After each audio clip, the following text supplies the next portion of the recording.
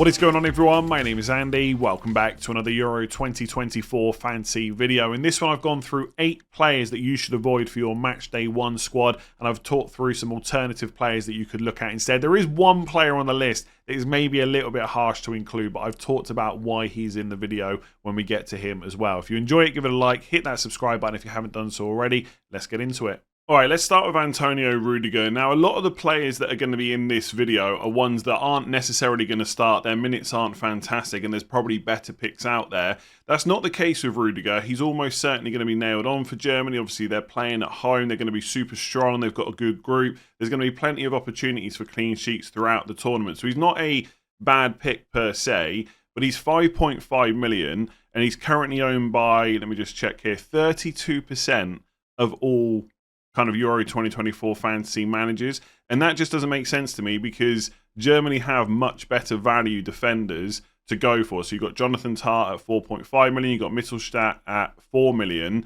That is just worth the saving to then go and spend elsewhere. And usually in fantasy football games, sometimes it is worth paying the extra for a defender. So for example, in FPL, you might pay extra for Trent rather than Van Dijk from Liverpool, just because of how attacking Trent is. I'm just not sure that Rüdiger is worth that extra money. So if you really want a Germany defender, there's better options. I've actually got both in my team currently. That might change. But Jonathan Tah is only 4.5 million, currently selected by 3% of teams. And then Mittelstadt is 10%. That is going to rise as people cotton on to the fact that he's pretty much nailed at left back and only costs 4 million. But right now, they are 2 better options. So I do think, in general, going for a Germany defender is a good choice. I just don't think Rüdiger is worth the extra money. And from what Nagelsmann has said, Rüdiger and Tah is going to be the centre-back partnership. Next up is Donnarumma, owned by 16% of all managers. Now, again, I don't necessarily think that he's a bad pick, but in the group stages in particular, when you've only got 100 million to spend, it's a lot more difficult to justify a €6 million goalkeeper like Donnarumma is. And he has a great first fixture against Albania. Italy will be odds-on favourites to get a clean sheet in that game, but then they run straight into Spain. So I think for a lot of people, if you can spend less on your goalkeeper position and get someone almost as good, if not as good, that is a better strategy because you can spend that money elsewhere. Also, for Italy themselves, okay, you can't go and get a cheaper goalkeeper, but you can cover their defence for less money by buying one of their defenders instead. So one of the ones that a lot of people are going for at the moment is Domagoj, who's 1 million less at 5 million. So you save a little bit of money, you still cover the Italy defence, potentially some attacking returns there as well, and you spend a little bit less money, I should say, on the goalkeeper. So Donnarumma, a bit like Rüdiger, not a terrible pick or anything like that, but someone that I would probably avoid for the moment. Perhaps when we get into the knockouts and we've got 105 million euro to spend, and obviously there's fewer teams to pick from, we might be looking at players like Donnarumma. But for now, I would probably say avoid. But if you want to double up, I guess, with Domagoj and Donnarumma, maybe that would work, but I still think spending 6 million on a goalkeeper in the group stages makes the rest of your picks a little bit tougher. So next up is Trent Alexander-Arnold, a 5.5 million euro defender from England, who's currently owned by 11% of all managers. And in theory, 5.5 million for Trent is an absolute bargain, given what he can do from an attacking perspective, listed as a defender. The problem is he is in no way guaranteed to start for England, and it certainly isn't going to be from right back. Kyle Walker is first choice in that position.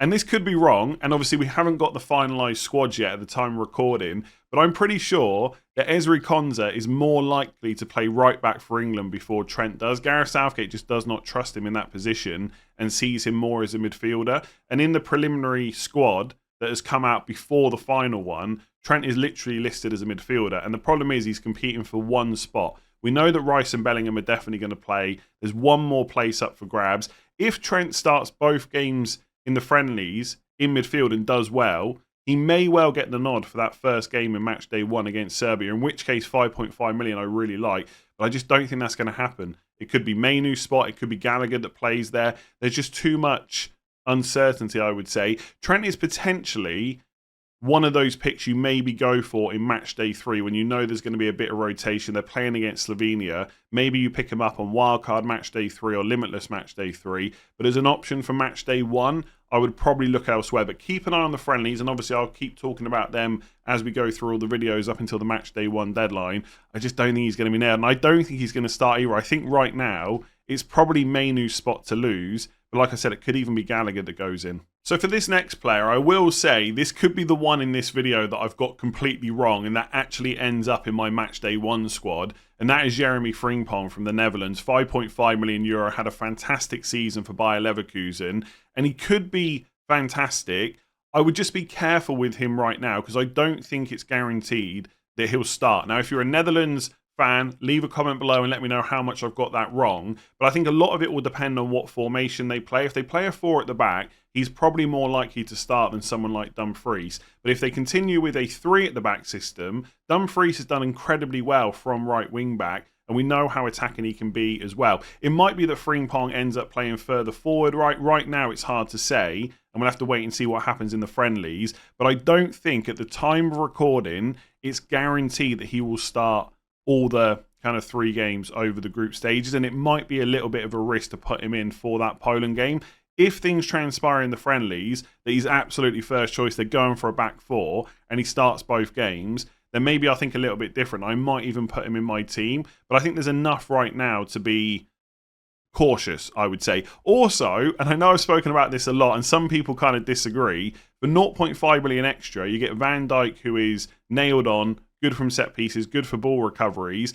And from the last thing that Koeman said about penalties for the Netherlands, he was first choice. Now, some people, when I said that in the last video, mentioned Memphis Depay.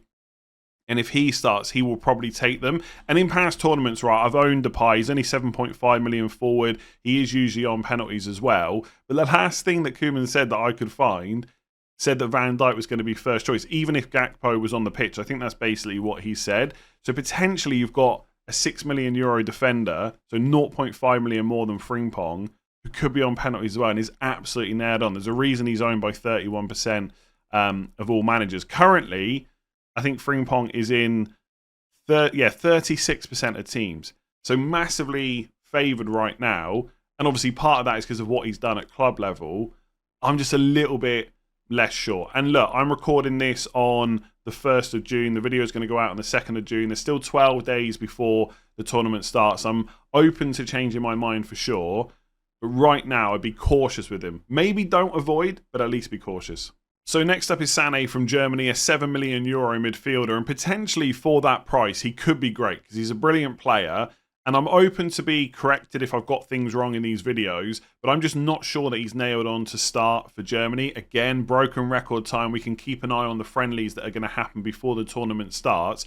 But you've pretty much got Cruz and Andrick, I think, will play as the pivot. And then you've got Wirtz. Seems very unlikely he's going to be left out. Gundogan seems to have the number 10 spot nailed down. And then up front, probably Havertz. So you've got one spot left, which could be Sané, but also Musiala is around as well, and he may well start. So I do think right now there is some uncertainty with those kind of wider positions in the Germany team. And ultimately, for 7 million euro, which is what Sané is, Gundogan is the same price. He's pretty much nailed on to play as that number 10. So he's going to be maybe a little bit more advanced than we would normally expect, and he should be on penalties as well. So he's got the chance for penalties, open play returns, maybe some ball recoveries as well. And he costs the same price, and you've got no concerns over minutes. So I like Sané as a player, and I think if he was going to get game time, he could be great for that price. And he did get 8 starts in the 9 games he was in the squad for, in the qualifier. Sorry, not in the qualifiers. That's for the friendlies because Germany didn't have to qualify. But ultimately, the problem with looking at previous starts and stuff like that, especially over 9 games, is because it's international teams, the games go back a long time and things change, managers change, systems change and stuff like that. It's not like it is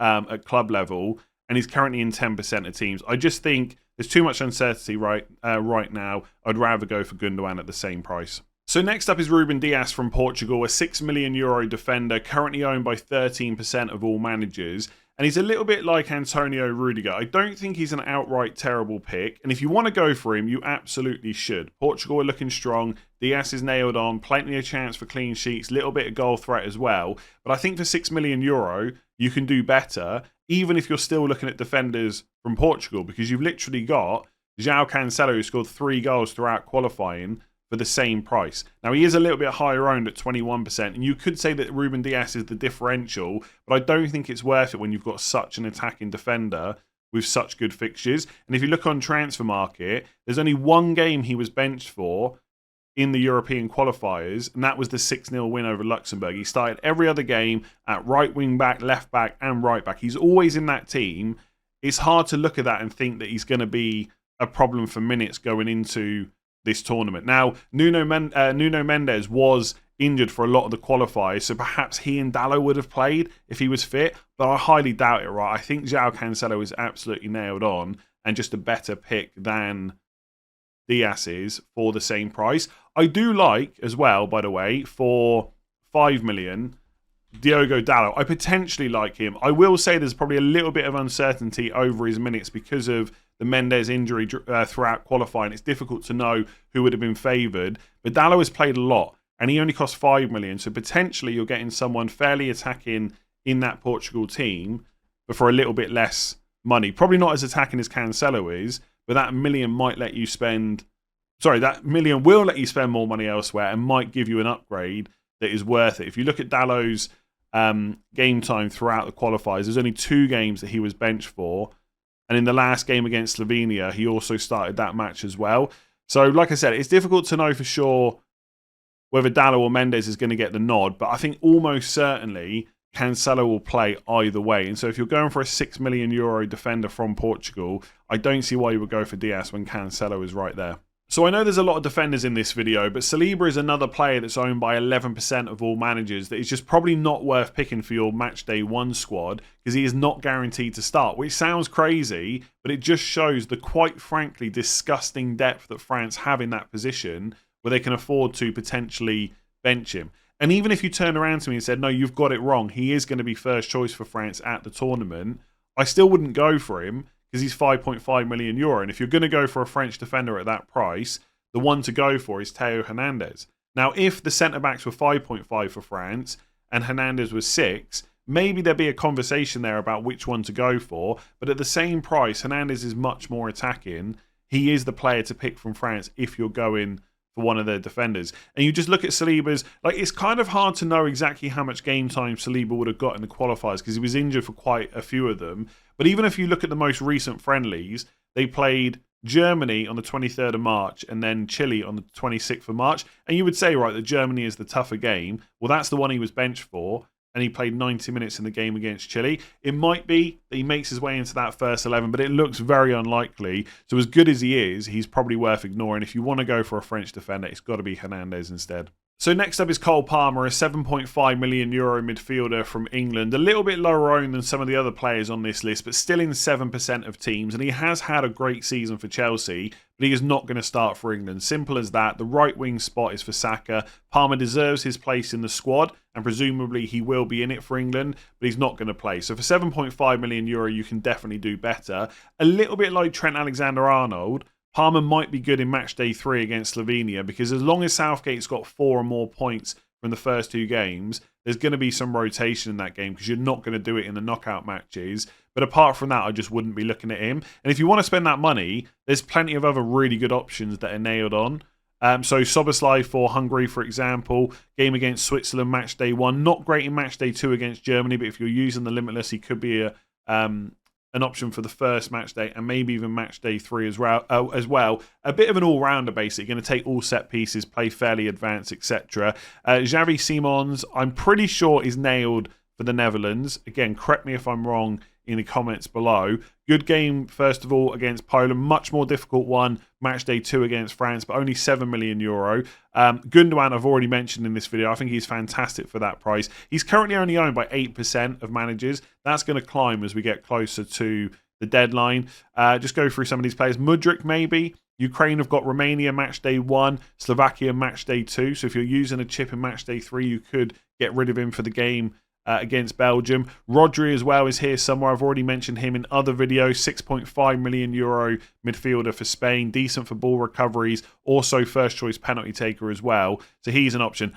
There's loads of good players for 7.5 million or less. You do not need to go for Cole Palmer. Even McTominay scored a bunch of goals in qualifying. And maybe he's an option too. Maybe not for match day 1 against Germany, but Switzerland and Hungary after that. Does get a lot of goals for Scotland. Got a huge, I think it was like 7 goals in qualifiers or something like that. So he could be an option too. Either way, you're not going for Cole Palmer. There might be some other players that I've missed out here. If there is, that we should be avoiding, leave a comment below, and I might even cover them in other videos running up to the deadline. If you've enjoyed that one, give it a like, hit that subscribe button, and I'll catch you again soon.